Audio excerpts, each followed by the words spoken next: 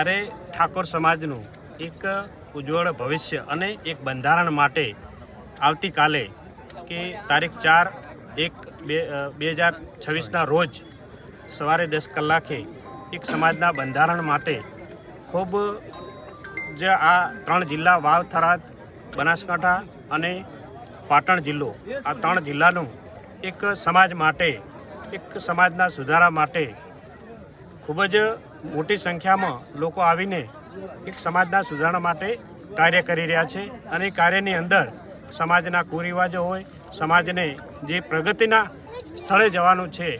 એના માટે એક મોટું આયોજન કરી અને મોટા લોકો, તમામ સમાજના, ઠાકોર સમાજના લોકો તમામ હાજર રહી અને આ બંધારણને અમલમાં મૂકી અને બંધારણનો અમલ કરે એના માટે આવતીકાલે સૌને હું આમંત્રણ પાઠવું છું કે આવો સૌ સાથે મળી અને સમાજના વિકાસ માટે, સમાજના ઉત્થાન માટે સૌ સાથે મળી અને કાર્યમાં સહભાગી બનીએ.